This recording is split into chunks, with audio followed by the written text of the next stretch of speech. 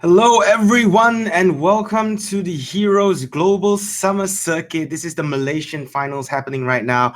My name is Arctic Shadow, and joining me here today, I have a co-caster for the first time. It is Wow. going to be Bext. How are you doing, Bext? I'm doing good. Getting excited, man. It's been a while, but you know what? I'm really looking forward to these games. And to the viewers who are just tuning in, welcome. It Yep, is a welcome. beautiful Sunday morning today. I say that, but I'm actually in a room with my doors, windows, and curtains closed. But I have faith, Arctic, that it is in fact a beautiful day outside. I am in the same situation right now. All my curtains are closed. I hope it's a sunny day. It looks like it's going to be a sunny day. It's a really early morning for us as well. Hopefully my voice wakes up soon, because if those of you wondering why my voice sounds a bit weird, hopefully it wakes up soon. I'm liking your picture. You look like a really cool Oh guy in man, your picture. I am cool. Sure you are, sure you are.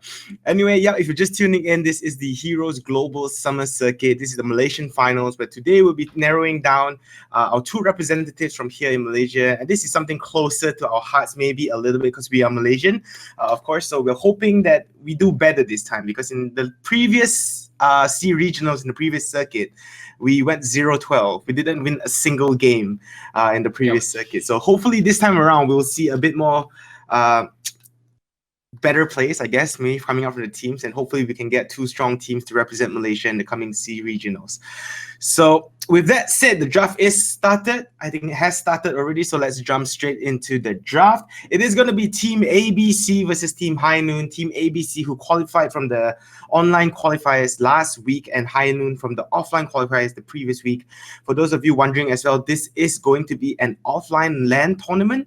So apologies for the delay. It was supposed to start about an hour ago, but with any LAN tournaments, there's always going to be tech issues with players setting up their PCs and whatnot. So that's why the delays happen. So apologies on that part. But it is going to be Team ABC versus Team High Noon. And just off the bat, straight away, we see Illidan being banned out yet again. And, this is something that seems to be really common right now. It's really happening in every single draft. In Singapore qualifiers, we saw it banned out every single game. Like, not once did it get through to the drafting phase. It was just banned out instantly. Which is, was not something I said last week. Feel bad, man, for Illidan. He was underpowered at one stage. He got a buff, and now he's just banned out every game anyway. So what's the point of even reworking Illidan if he's always going to be banned out? Yeah, for sure. I was talking to some of the competitive players last night, asking them, what do you guys think are the tier 1 heroes, tier 2 heroes right now? And the unanimous decision was, of course, Illidan is broken. Yeah, Illidan is broken. In fact, a lot of them said that Tracer is broken as well, but because Tracer was only just released, so this is the third week. I believe this is the final week it is banned out. So we will see it available next week in the Singapore qualifiers, as well as the Thailand and the Philippines qualifiers, which thankfully I'll be flying down to the studio, which that's going to be some fun. But yeah, Illidan has been banned out almost every single game, and the games that we've seen it gone through, it was first picked. And I think it has a 100% win record. So that just shows how broken of a hero Illidan is right now. And it's pretty crazy. The second ban for High Noon, though, which is interesting, Stitches. I'm not too sure. I think that's maybe like a respect ban. I'm not too sure. I do like that ban on this particular map. Yeah, it is going to be Infernal Shrines for this map as well. So there's a lot of ledges and everything. But it's interesting to see why High Noon banned it out. Maybe ABC, they know something about ABC that we don't. Yeah, but of course, for the viewers who perhaps do not already know this, High Noon is a team that is going into this tournament more of with the mindset of having fun. Yep. They aren't really training. They're playing more Overwatch than they are heroes right now. Yes, they are. Hence why for the team name High Noon as well. Yeah. For those of you who don't know, it's one of the heroes in Overwatch, one of what they say when they use their ultimate. So they are Overwatch players. I don't think they've been doing much training. They've been playing a lot of Overwatch. And I know already who Vala is going to be played by. It's going to be played by M-Guy, his signature hero. He's played that hero every single game throughout this entire tournament from qualifier till now. So for those teams, if you're watching the stream, if you want to snipe the stream a little bit now, ban out the Vala and he won't know what to do. Yeah, I'm surprised no one banned him so far. I think they against don't. They Hainun. don't. Maybe they don't know. So yeah, for They those of you haven't if you're noticed tuning, yet. yeah, they haven't noticed yet. So if you're tuning in, if you're sniping the stream, ban out the Vala, and M guy won't know what to do at all in his team. So over on Team ABC, they do ban out the Zul and Uther again. I think tier 1 heroes right now. Uther, Yep. one of the best support heroes. Zul, just overall strong push potential. Team fight clashing with his Poison Nova as well, dishing out quite a bit of damage. But it's more of a control hero. Something like a Sylvanas, a specialist Sylvanas, where he's able to push down those lanes pretty fast and pretty quickly. So pretty standard bans coming all around aside from the Stitches. But maybe on this map, I think I agree with the Stitches ban as well. So Team ABC, their lineup is going to be fully drafted. It is going to be Falstad, Troll, Rhaegar, Muradin, as well as the Greymane. Very solid draft. Nothing that I see out of the ordinary. Falstad, strong mobility. Troll, strong frontline with the Muradin. We seem to see this trend going on with Muradin and Troll constantly be, in the front lines, and with the DPS of Falstad and Greymane, I think they're doing pretty well. And with Rhaegar, another tier 1 support. I think it's a pretty solid draft, Bex. Yep, it's a very balanced draft. I would have to agree. They have strong front line, a good support, and strong backline. Falstad is one of those heroes that has global presence, so he can stay at the bottom lane while the team is doing their things at the top lane and come in at the very last minute. Yep, definitely. Over on Team High Noon, though, their full lineup is going to be the Kiltas, ETC, Vala, Karzim, and Tiranda. So they are going with the double support combination with one solo tank up front.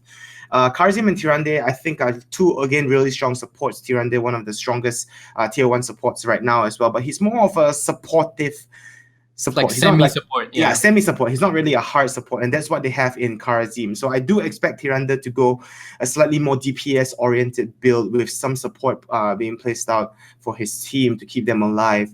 But this is where it gets interesting. I believe, Team ABC going with the double bruiser, double upfront tank with the solo support, and Team High Noon going with the single tank with the double support. Which team right now do you think has the slightly better draft here? Ooh, this is a tough one. Both teams are drafted really well. Yep. I might give the slight advantage to Falstad, to ABC because of that Falstad pickup. Because it is a really big map and they have that global presence. Yeah, that is true. Falstad being able to just get all over the place, get all over the map, does give them a slight edge in that. And I also like the double tank support just because it provides a little bit more protection. And Rhaegar is a huge, strong healer as well. So he's going to be able to solo, keep his team alive solo in his team for sure. It's all going to come down to whether High Noon's DPS, in the form of Vala and Kiltas, can get to the back lines and maybe take down Rhaegar early on. And if they are able to do that, then definitely with the amount of sustained heals that they have, they will and should be able to win those clashes as well. But I have to agree with you. I'm liking ABC's draft a little bit better just because I've actually seen this exact draft probably a few times. It's always that Muradin Troll front line with the strong tier 1 support. Yep. It's always going to be rotating between Rhaegar and Uther. Falstad is always in there, and Greymane, just the amount of DPS that he is dishing out for his team. So I'm definitely liking ABC's lineup a lot better. And looking at how they performed last week as well in the online qualifiers, where they just gave a run for their money for Black Sheep 5. They almost took it down in the finals as well after dropping to the lower bracket, and they had such a long day. They are just such a promising team that we can see coming up. So overall drafts from both sides are pretty decent, pretty well done. I'm liking Team ABC's a little bit slightly better, I guess. But yeah, for those of you just tuning in, thank you for joining us this early Sunday morning. For those of you in the Western countries, I believe it is Saturday night or early Saturday night, I guess, maybe for you guys. So good evening to you guys and good morning to the rest of you over in the Southeast Asian region. You guys are tuning into the Heroes Global Summer Circuit. This is the Malaysian Finals where we're trying to find our 2 representatives for Malaysia in the C Regionals happening mid-May. So right now, I believe we are in the game, just waiting for the teams to load up. This is, of course, going to be an offline tournament, guys. So there will be some hiccups in tech issues. Players will be, have to set up their gear. They have to join the lobby. So it should be easier in terms of, connecting both teams into the lobby. But I think there's just some tech issues right now. Draft has already been done, as you can see on the screen. Yeah, there's always technical issues when it comes to a local LAN tournament. Yep. Unfortunately, yeah. It's inevitable, I think. Yeah. Even in the big tournaments like DreamHack and all that stuff. And speaking of DreamHack, I believe DreamHack is being streamed right now as well. So if you guys can have capabilities of opening dual streams, you guys can check out the DreamHack that's happening right now as well in the HOTS tournament. But yeah, it's inevitable tech issues. So right now we're just waiting for the teams to join up. I believe we're just lacking in one player. Yep. So while we're waiting for the teams to get ready, why don't we talk about the other matchup that's going on? Sabun Gaming versus Black Sheep 5. Correct, yeah. In the other matchup that's happening right now, it's happening concurrent with this game here. It is going to be Black Sheep 5 versus Sabun Warriors. I don't think it's Sabun Gaming. I think it's Sabun Warriors. It's a bit of a weird name. Sabun, for those of you who don't know what that is just basically soap in Malay here in Malay. So there's Soap Warriors. Maybe they're trying to go with Soup Warriors. I don't know. Misspelled or something. But yeah, Sabun Warriors against Black Sheep 5 happening in the other game. That's going to be a really interesting matchup just because both teams are pretty strong themselves. Black Sheep 5, I think both teams were the winners of their respective qualifiers. Sabun Warriors beating out ABC and Black Sheep 5 beating out High Noon in their respective qualifiers. So that's going to be a really interesting game. It is going to be a double elimination bracket as well. So teams that lose in the first round are definitely not out of this just yet. They will drop down to the lower bracket, which is, of course, just a best of one, though. So that's where best of ones can get kind of tricky, is where you can just make one mistake and you're out of the tournament entirely. So definitely you do not want to go down to the losers bracket in any way. So the first matchups is going to be the really important ones, and you will have an edge, of course, in the grand finals as well, where you just have to win the first set of best of 3 series, while the loser bracket has to win 2 sets to ultimately be the champions. And there's a lot to play for, Bex. This time around, the prize pool has actually increased. So first place is 9,000 ringgit. Ooh. Yeah, so with the qualifiers, if you had won the qualifiers, it's an extra 1,000 ringgit. So that's 10 grand ringgit, of course. It's not huge, maybe in USD, but for Malaysians, 10 grand, that's 2,000 a player. That's a lot to play for.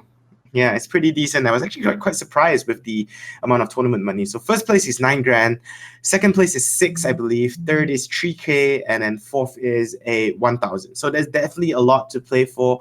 Not just the money, but also the seedings going into the C regionals, where first and second seeding, will put you in your respective groups. Which is, again, there's a lot to play for today for sure. So hopefully we will be able to get the game up soon. Still waiting on just the one last play. I believe it's Nikkei or Nikkei Time's inside already. So yeah. So okay, let's go back to the other matchup. Let's have some predictions. What do you think is gonna happen over there? I know Black Sheep 5 because they are close friends of mine, and I've been seeing them train really aggressively. They've been very vigilant in that. They're really taking this quite seriously. So, but I also know Sabun Warriors. They are ex-Dota 2 competitive players who have been in the scene for a really long time. So they are really up to date. They're really experienced in competitions, and that's why we've seen a sort of a rise from them in recent times. So honestly, it could go either way, but just based off what personally I've seen, Black Sheep 5, with the amount of emphasis they've put in on training and scrimming and trying to find out new strategies, I have to give it to them because of that. Yeah, that is true. They did mention to me that they have a secret weapon. What they refuse to tell me what.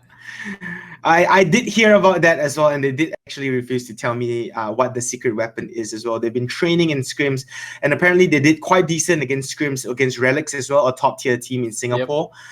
So they used the secret weapons against Relics. Not too sure if that was the best idea, but they were trying it out in their scrims, and they did do pretty decent, again, taking a few games off Relics in Singapore. So that's pretty promising compared to some of the other teams. I'm calling it first, man. We're gonna see Murky picked up finally. I've been waiting for this day.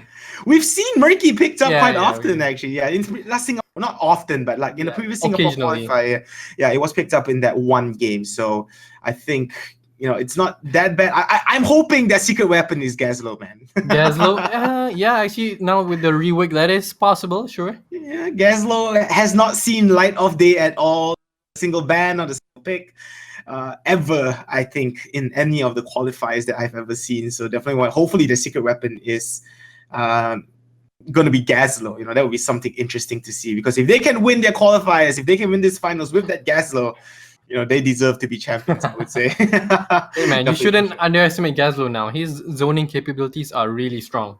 It is, but I think teams just haven't found a way to incorporate it Yeah, that's into true. their team fights. It's more of, yes, his zoning is strong, but that's all he can do, Yeah, which his is zone. ultimate is still very easily Yeah. countered, especially in with a team that has very good communication. They can just walk away from the ultimate. It's not too Exactly. hard. So because of that, they haven't really found a way to incorporate it. Maybe if they have like a huge team fight oriented, maybe something like with a Diablo, or if an ETC, if you can combine it with an ETC, you have to go with a huge team clash kind of combination. And maybe Zagara works as well. correct, like a Zagara more into an ETC power slide mosh pit into a Gazlo, and then that would definitely work. But I believe the game has started up. All teams have been joined the game. We are into the loading screen. This is going to be the Inferno Shrine. So before we get into the game, let me do a quick shout out to our sponsors. Razer, our official peripheral sponsor. As you can see, I myself use quite a bit of Razer gear. So do make sure to check out their website, get some new gaming gear if you need to. And XSplit as well, our official streaming partner. Without them, we wouldn't be able to bring this live broadcast to you guys.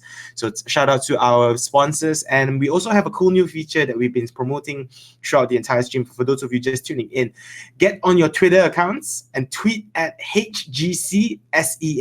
All right, so tweet us at HGCSEA on your Twitter, and your shout out or whatever you have an opinion on the game could appear on stream in the game. We will manually select them and they could appear in the stream. So make sure you tweet at us if you want to be featured. But the game is about to start. It is gonna be the Inferno Shrines. So again, welcome to those of you just tuning in. This is the Heroes Global Summer Circuit Malaysian Finals, where we are going to narrow down our teams to the final two sides. This is Team ABC on the blue team, Nikkei Tan going to be on the Troll, Ilokai on Greymane, Risen on Falstad, Tanuki on Rega, and Lala Land on Muradin. And over on Team Red, it is going to be High Noon, a few of our Overwatch competitive friends. Doll Eater going to be playing on the ETC, Kandang on Karazim, Mystery on Kiltas, M-Guy on Vala, and High Fred on the Tiranda. Called it. Vala is going to be played by M-Guy. Yep, you're right. That's all he can play. That's all he can play. So just ban that out, and he's gonna be brain stuck basically. So red team, they do look like they are gonna move towards that middle and try to maybe set something up here, get themselves in position to maybe set something up here. Team ABC on the other hand, they're just gonna be content with blocking out the creep wave. No, again, I don't really know if this works. It just pulls your lane slightly back. Like if you look at the creep waves when they join up, it's just slightly in your favor. I guess it helps you prevent yourself from getting ganked in that sense, but I don't know. They still need to be careful. The red team is set up to gank right here. ET's trying to move in, but nothing's gonna happen just yet. Yep, ETC trying to move and setting something up, but of course it is going to be the Muradin in the front lines, and that's not the best target that you can actually hope for. Nikkei Tan has rotated towards that top with the Troll, already losing 2 creeps. M-Guy rotating there to go heads up against him. Bottom lane though, we do see Risen with the Falstad. He's going to have a lot of mobility, so definitely at that bottom he should be fine. He's going to be going up against the Kiltas. I think it's going to be pretty evenly matched. Middle lane though, ETC power slide in onto the Greymane, going to push him back with the face mount as well. Ilokai dropping really low, but unfortunately, they will not have enough DPS to finish him off. With the 2 supports just being there, he dropped through that last hit. He's going to tappy, but he's going to hurf back as well. And he should be just fine. So no first blood kill for Team High Noon there, but I really love the aggression coming out from him for sure. And yeah, so just a bit unfortunate there, the middle lane, as it does look like Team ABC themselves want to maybe set something up at the top. We do see Tanuki, that Rega in the brush there, trying to maybe set something up on Vala, but he himself should be fine. The first shrine is going to be activated, and as we always say time and time again, the first shrine, the first Punisher or Immortal or whatever on their respective maps aren't that important. It's more of what happens at the clash for the shrine that could potentially set the pace for the game. So it does look like Team ABC will activate the shrine and get to work on those minions there, but the Team High Noon, all 5 players are there, and it looks like they want to commit to this. Not too sure if I agree with that, because they are now 1 talent here already behind. They want to maybe soak up some EXP quickly first before they try to push for this. Yeah, again, this is the power of the Falstad. They have the advantage, but red team almost reaching level 4. Here we go. They have the talents as well right now. 22 to 14 right now. Who do you think is going to get it? 22-14. Does look like the red team is in contention. Ooh, foul start, getting bursted down in the backline. M-Guy doing work there with his Vala. So this is going to be a 4v5 team clash, but it does look like the creep counts, the minion counts are still neck and neck. 27-27 actually, really neck and neck here. But the blue side being one hero down, it is of course going to be the foul start. He's going to respond right back up, and he's going to be able to fly back into the battle. So it does look like the red team, though, with just 2 left, they will be able to get and secure the first Punisher, which will be the arcane one, and it will push down that middle lane. This is when we see if they will be able to take those objectives. M-Guy, he's going to rotate back towards that top to pick up on more soak, while the rest of his team pushes down this middle. And this is where, again, we will point it out. The first Punisher doesn't really do much. He jumps in, he gets taken down so quickly, and all the red team really does secure is that one tower. So 800 EXP secured, which does give them a slight EXP advantage, but nothing to shout about. It's actually just basically not there even. So nothing much happened in the first Punisher. I can say it's pretty even at the top lane, though. They do rotate around. Vala going in on Nikkei-san. Rooted, though. M-Guy has to be careful. He does have the support in Tyrande to keep him alive. Doll Eater comes in with the power slide. Nikkei-san, you're not getting out of it. He's just going to try and waste their time a little bit more, running into the brush. But ultimately, he is finally going to fall. M-Guy, though, he has to be careful. But La La Land being alone, he's just going to back off and just continue to soak at that top lane. Yeah, again, this is the power of the Tyrande with a stun to follow up. It's just insane map control and presence. They can just go around ganking heroes left and right, and you never know when you're going to get ganked. Yeah, that ETC and that Tyrande, does look like they are going to be rotating around. Usually we see a Diablo Tyrande combination. That's the old school combination from way back when. But this time around, I think Diablo seems to have fallen down the pecking order a little bit. We still see it picked up quite a bit, but not as often as before. We usually see Tyrande being again, in this game, we see it as a supportive support and more of like someone that's just rotating around, setting up kills. And it seems to have been working out for them as they are able to pick off 2 kills so far. It is 2-0. And for a team that hasn't been doing much training, they seem to be doing pretty well so far. Yeah, that is true. Again, no action just yet. Oh, as the moment I say that, Falstad might be in some trouble. Stun's not going to connect, unfortunately, right there. Good attempt, though. Yeah, good attempt there by High Noon, in fact, as they do try to maybe set something up here. Just as the Shrine, if they had gotten a kill there, that would have been at the bottom lane, because that would have set up the Shrine to be activated, and they will be 1 hero ahead, of course. But second Shrine is going to be activated. I believe it's going to be the Mortar Punishment that is available.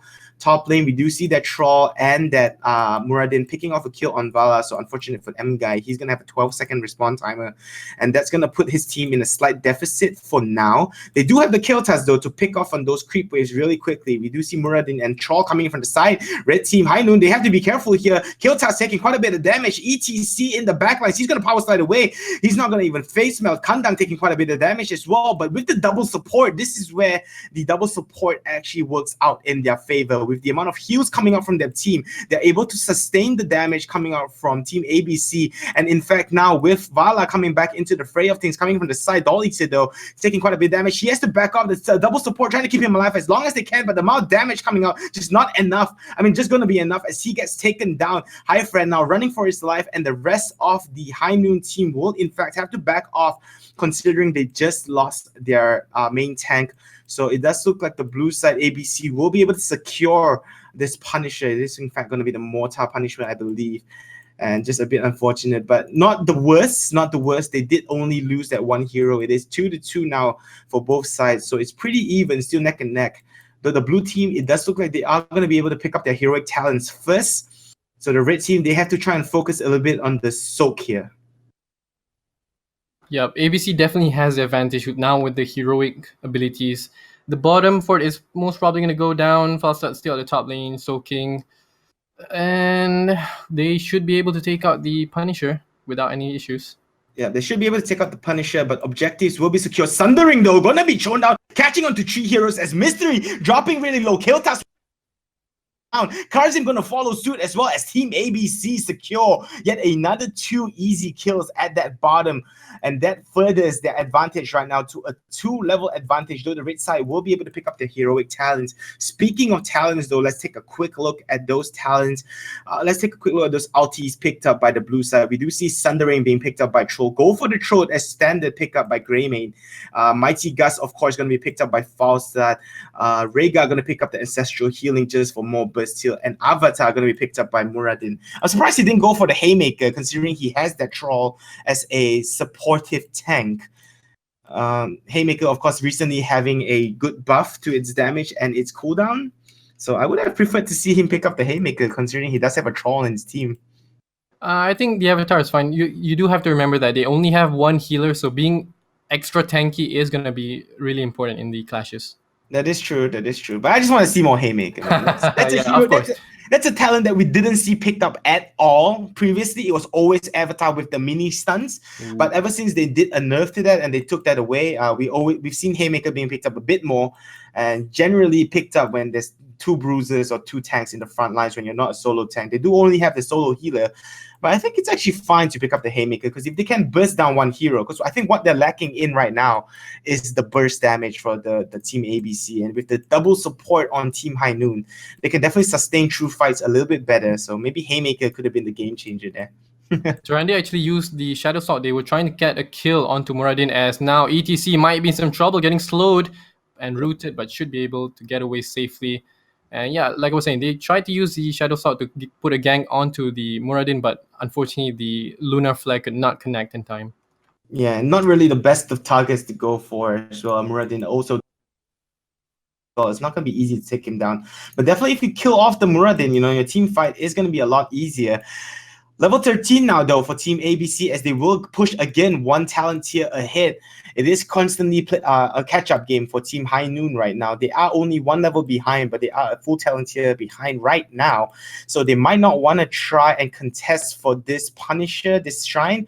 Not too sure, but they are, in fact, going to do so. As now Doll Eater goes in with the Mosh Pit, is going to connect on 2. Risen, going to get taken down early on. A very well placed and well thought out gank there by Team High Noon, as now Team ABC, they are in a bit of a disarray. They are going to have to back off into their back lines, and Avatar already used. I think it does look like they're just going to concede this Shrine, the Frozen Punisher, to Team High Noon. Nikkei Tan does look like he still wants to try and set something up here, but it might not be the best of ideas with Muradin not in the fray of things. He's going to power slide face melt in, but with the heals, Ancestral Healing going to be propped up onto Nikkei Tan to keep him alive.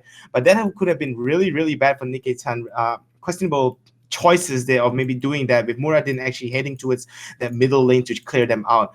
Falstad, though, is going to respond and fly back to the fray of things. 10 creeps left for Team High Noon. High Fred, he's in a sticky situation here. He's going to get caught, and the amount of burst coming out, and he just gets taken down oh so quickly. Kandang trying to keep Mystery alive, but Kilta's dropping really low, as well as Elo Kai goes in for the throat. Kandang himself is not going to survive that, and Doll Eater and M-Guy is going to have to back off. And really unfortunate there, as they were just 6 minions away from picking up the Frozen Punisher there.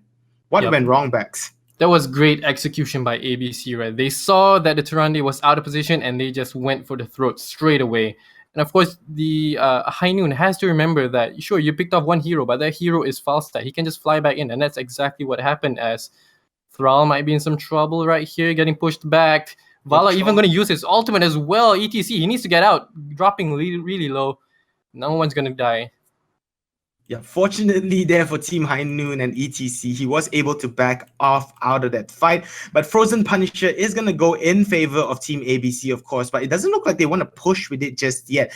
Now they are going to just go and tap the fountain real quick and regather their composure and come back in. Kilta's taking quite a bit of damage from the Punisher. It has to be careful. Phoenix is going to be used to zone them out as well. But the blue side, objective gaming is just going to be the key of the game. Sundering! Oh, what a wasted Sundering there as High Fred, but though he is going to get taken down really quickly. ETC coming in from the back lines, unable to get off a mosh pit just yet, but he will in fact be able to do so. A nice 2-man mosh pit, but instantly Mighty Gus going to be used to cancel it out. So unfortunately there for Team High Noon, it looked like that things were going in their favor. The Sundering from Troll did not connect on anyone. Is still up though, as the top forts are going to get taken down. He jumps in, goes in for the stunts, but one tower is all that's going to be dropped for the blue side as Team AZC decides to back off as Falstad flies back to its base and clears up those creep waves. So things looking pretty good for Team ABC, and it does look like they're going to pick up their level 16 talent tiers really quickly, really soon, and that's going to give them a 3-level advantage over Team High Noon. Yep, and of course, although the Sundering did not hit anyone, it did manage to zone out the Tyrande and results in his death once again, always getting caught out of position. Unfortunate for highFred right there. Yeah, highFred on the Tyrande did get caught out at the top lane. We did see the Sundering not connect, but as you mentioned, yeah, good point out that it did actually zone out that highFred, leading him to his death and pushing and forcing the rest of his team to back off, not being able to fight that 4v5 for sure.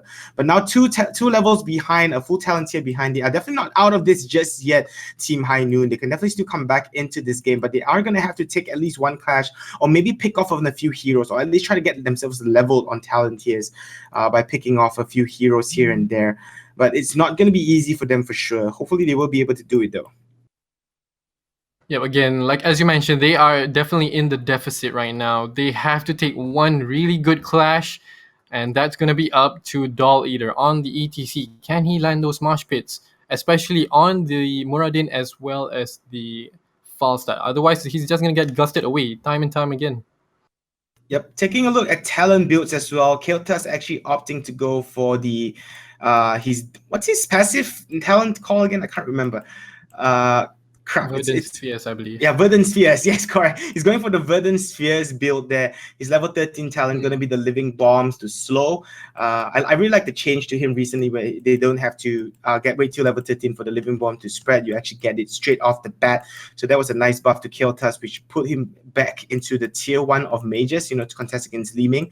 And speaking of Li Ming as well, I'm surprised that Li Ming wasn't picked up in this game, though it wasn't banned out.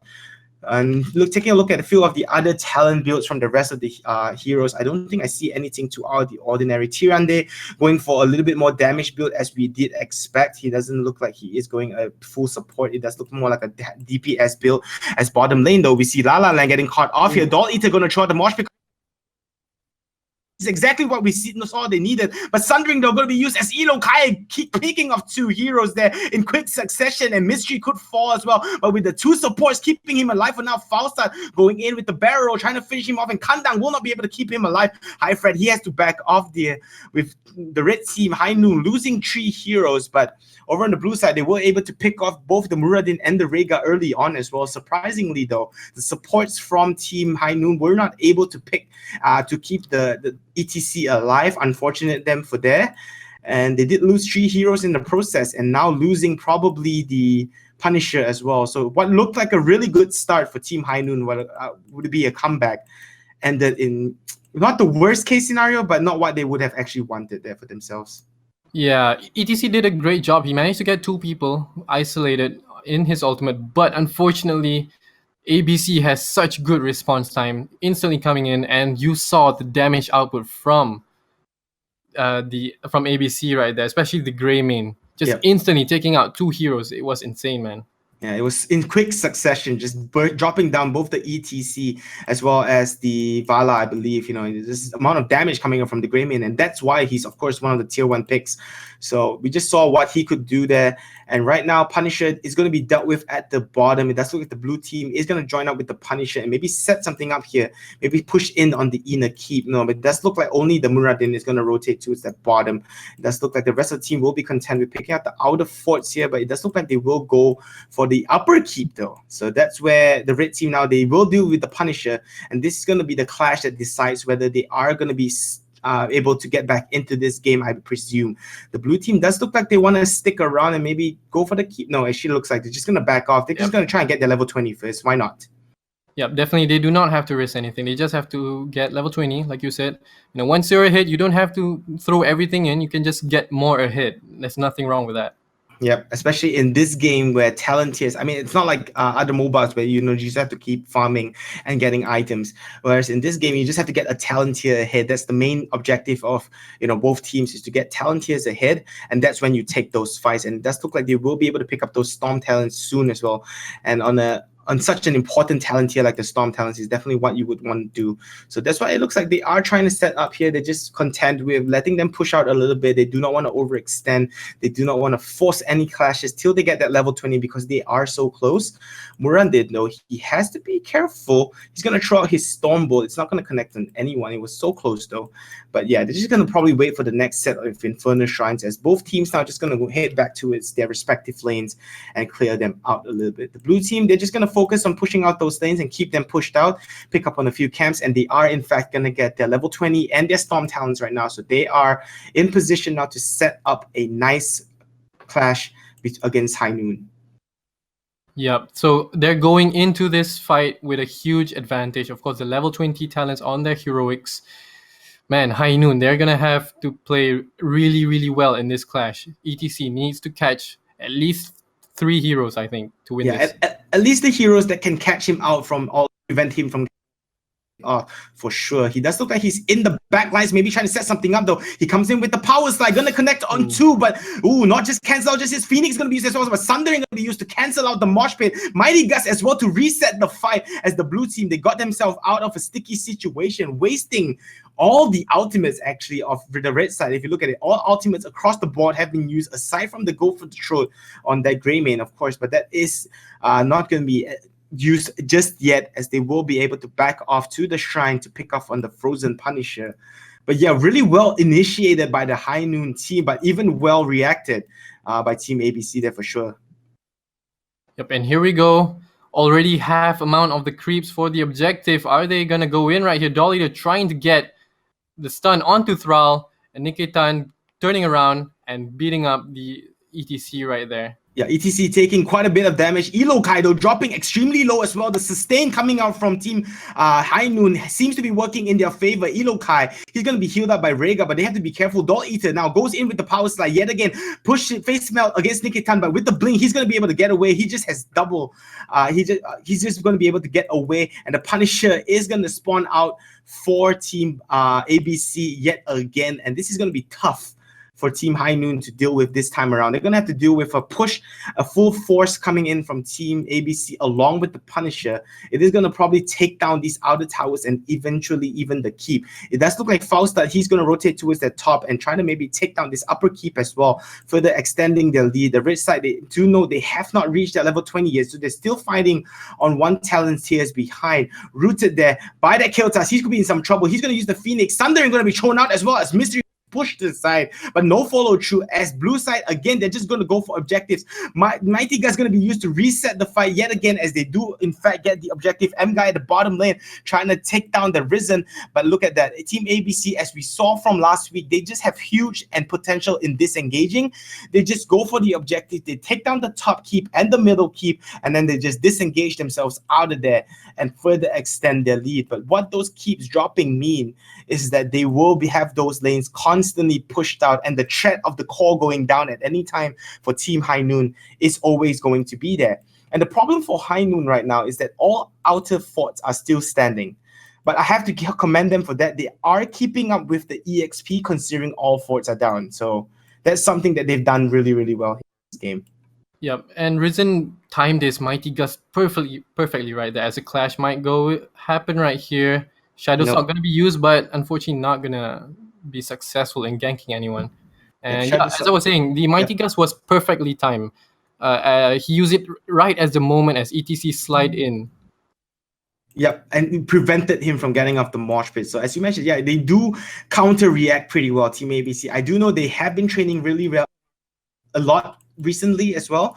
They do have 2 Relics players as well, so their team is definitely really experienced and considerable high tier team maybe. So hopefully we will see more of them, and hopefully we will see them in the finals. It does look like right now they are playing really well, but Team High Noon definitely not out of this just yet. It does look like they are gonna have another clash. The shrine is gonna activate though at the top. It does look at the blue side. They're just gonna go and try and maybe set something up here. They are being quite sneaky, waiting in the brushes here for the red team to come out.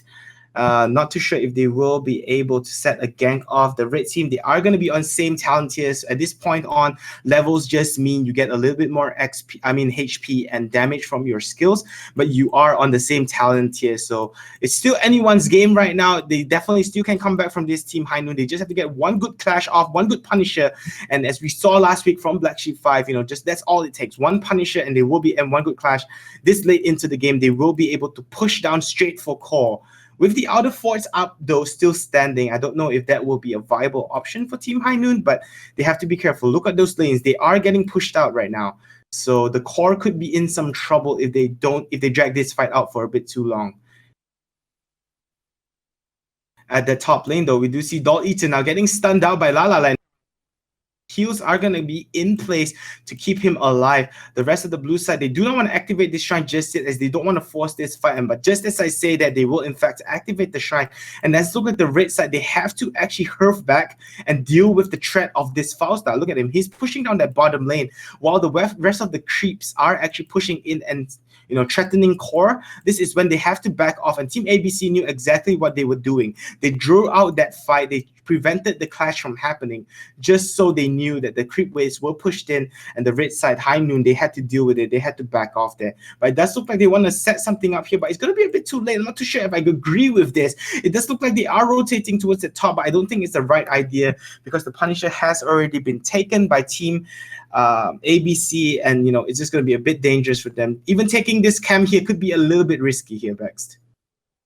Yeah, probably they should go back right now, as they are going to engage right here. Shadowstalk going to be used. Take it away right here, I think. Yeah, Shadowstalk is going to be used here, as Nikkei Tan could have been caught off position. He is going to blink away, however. Now, Dwarf Thor is going to connect. But Sundering gonna connect onto Mystery. Not too sure if I agree with the Sundering use there. They tried to pick him off here, but the Arcane Punisher is still gonna be pushing down that top lane. This is the defense, now or never. Time for High Noon. They need to deal with this Punisher. They need to it looks like they're trying to push it down, as now Dolly is taking so much damage. He's gonna go with the power slide, gonna use the Mosh Pit as well, connecting on 2, but it's not gonna be enough as he gets taken down really quickly. Mighty Gut's gonna be used out as well. Punisher now knocking on that core, and that's like Team ABC are just gonna focus on objectives here, as Vala will in fact fall as well. Core is gonna go down, there's no doubt about it, as with the Punisher that just was too much to deal with, and Team High Noon will drop one game. We'll drop the first game against Team ABC in this first best of 3 series in the upper bracket semifinals. Very well played to Team ABC, as they are able to secure their first game in this Malaysian finals, of course. Any last thoughts there, Bex, before we go to a break? Again, that once again shows the power of Falstad. High Noon wanted to engage at the top lane for the Punisher, but because of one Falstad at the bottom lane, they had to send 2 heroes back. And it really didn't matter for ABC, because Falstad has the level 20 talent. The cooldown's only 20 seconds. Global presence, man. Yep, global presence, definitely for sure. Faustar played a really key important role, and his mighty guys were just on point. As you can see from his siege damage as well, he just did such high siege damage. They're pushing down lanes and just doing so much damage. Troll did work on hero damage, which I'm pretty surprised that Greymane isn't top of the damage charts. In fact, it is actually going to be Troll. So Nikkei doing a really good job. So congratulations to Team ABC taking game number 1. Of course, this is a best of 3 series, so they're not out of it just yet. They need to win the next game to secure their slot in the finals for sure. So I believe we're going to go for a short break while we wait for the next game to start up. So guys, you are tuning into the Heroes Global Circuit. This is the Malaysian Finals. My name is Arctic Shadow, and joining me to the back. We'll be right back, guys. What they were looking for. Sanctification going to be used though to keep himself alive, and here comes the blue side. They want more. Metamorphosis is going to be used as he's just trying to poke down. Down goes the Faustar, the damage dealer. Lunara going to fall as well in the back lines. Down goes the ETC. Down goes the Tron.